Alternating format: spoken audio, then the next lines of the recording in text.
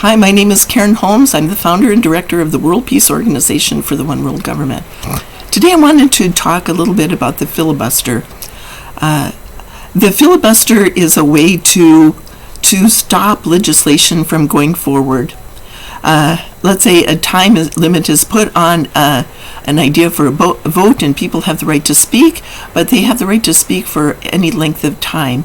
And sometimes it goes longer, but the idea is more to block legislation to keep it from going forward.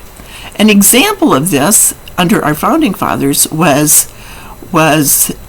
when our founding fathers, who were meeting a convention, had felt that they had the Constitution all ready to go and they were ready to sign it. Patrick Henry stood up and said, what about the rights of the people? They had the states' rights and the federal rights, and they had it all figured out. But then there was somebody who stood up and said, before we sign this, we should talk about the rights of the people. Okay, so therefore, that is an idea that blocking something that was a very positive thing because the House of Representatives is there, and the way it's set up with 435 members, the way it's set up is to address the will of the people, and the Senate is there set up to address the rights of the people. That's why it's okay for them, each state, to have two senators, and because they're just there to address the rights of the people, and the House depends, the number of representatives each state has depends on the population. So it's a fair way of having people have their voice. Now, the filibuster, as I said, has gotten to the point now where we are in the end times of our democracy, the end of the cycle, and just like a business that has expanded to the point where it is either going to have to expand out to the next level, become a corporation or something like that, and bring in other people, or it's going to just lose its support because they can't keep up with everything, or it's going to go down into the power games and people are going to fight over it and to destroy it in the process. So you see, there's those three levels are always at that point. The three choices are always there. But now what we're doing with our democracy in America is we are at that point where it can either go down into the games, it can go straight ahead, or it can go to the next level and function on a higher level. And Donald Trump is undermining, and his supporters are undermining the rights of the people in terms of denying people a voice in their government by voter suppression. Then the Democrats are not necessarily solving the problems because they are not necessarily addressing the root cause of the problem. Now it's time for us to take what we have, what we like about it, and get rid of what we don't like about it, and take what we like forward to the next level and come up with a more perfect union. Okay, now the Constitution is an evolutionary process. So basically, as I said, the Constitution gives the power to the Senate to address the will of the rights of the people, and the House the will of the people. And the President of the United States has presidential rights, and then we have our judicial branch.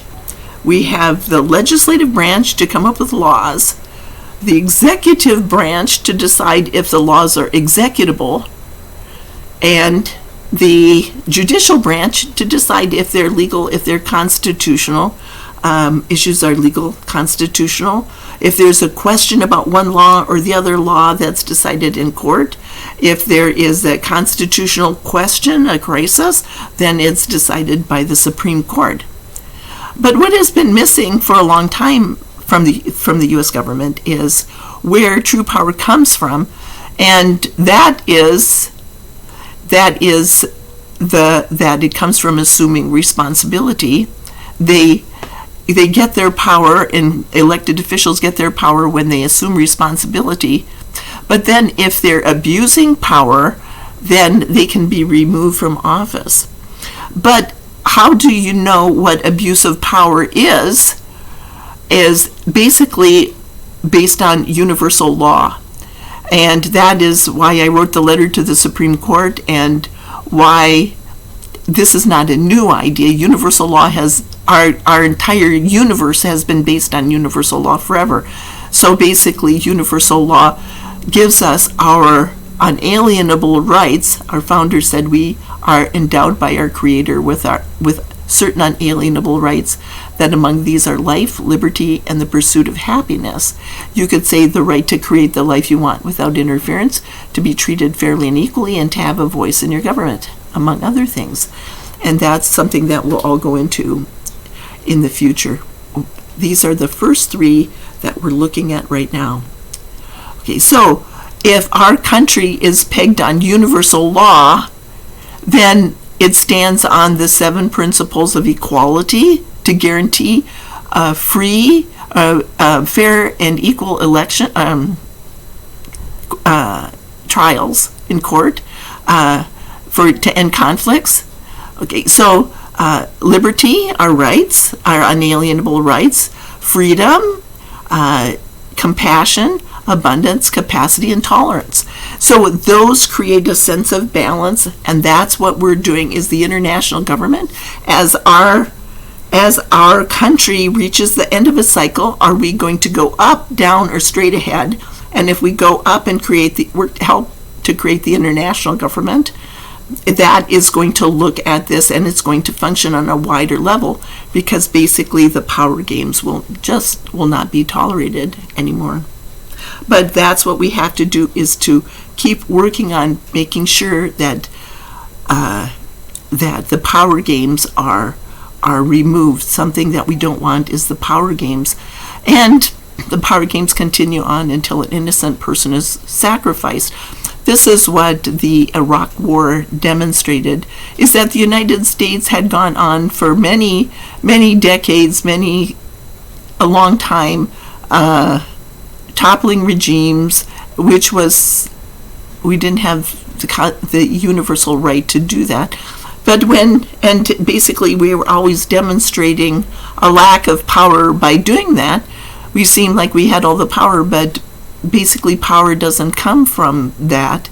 It comes from assuming responsibility, so for solving problems. And that's why under the international government, what we recommend is, instead of having dark money go to support somebody who's a substandard person, somebody who doesn't understand where power comes from, let's say term limits and campaign financing issues, all these things are going to be addressed as we debate this plan for the international government. All the things that we don't like, we're going to let go of, but we have to start addressing the root cause of problems, otherwise basically everything goes down.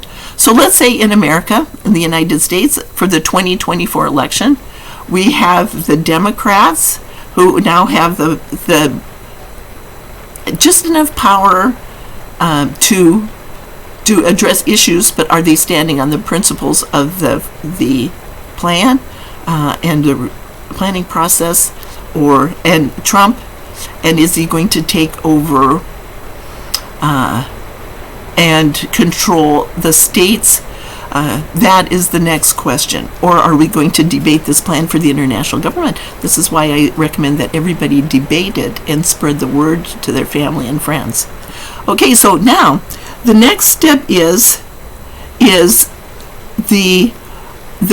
the filibuster is, we know about blocking it and power games to block it, to stop legislation, because let's say a power game, an example of the power game was Mitch McConnell blocking Merrick Garland's confirmation hearings. He according to the Constitution, he had the right to do that. But was it something that was a power grab where he was blocking it and preventing something from going forward, or was it something that was it right, or was it a use of power or an abuse of power? The Constitution addresses the use of power and the abuse of power. Universal law addresses where we are as a nation defending the rights of the people. And any country can do that and will do that when they reach the point where what they're doing doesn't work anymore, because power games look at lack of power. They compensate for lack of power. The last thing I wanted to address today was the Article 5 Amendment Convention. When Congress is log jammed, what happens is the power goes to the people. But what happens if Donald Trump, with that red and blue map, looks at all of those steps, and the next step is for him to control the Constitution through an Article 5 Amendment Convention?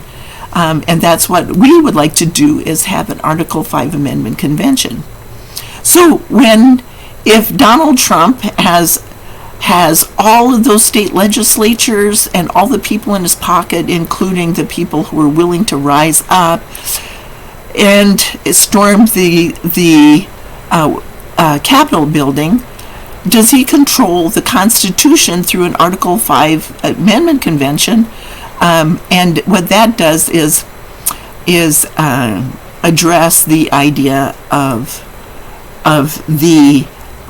taking the filibuster to the next level, blocking Congress from doing things through a runaway convention. And that is one of the fears associated with Article 5 and why it never happened.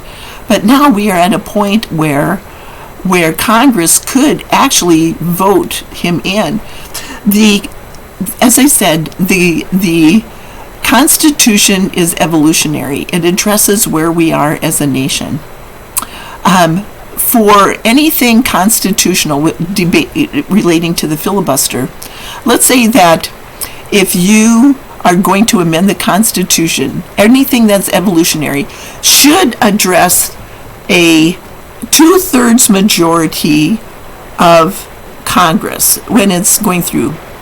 2/3 of the states should be required to amend the Constitution. To vote for it, and then to ratify it, it requires 3/4 of the people.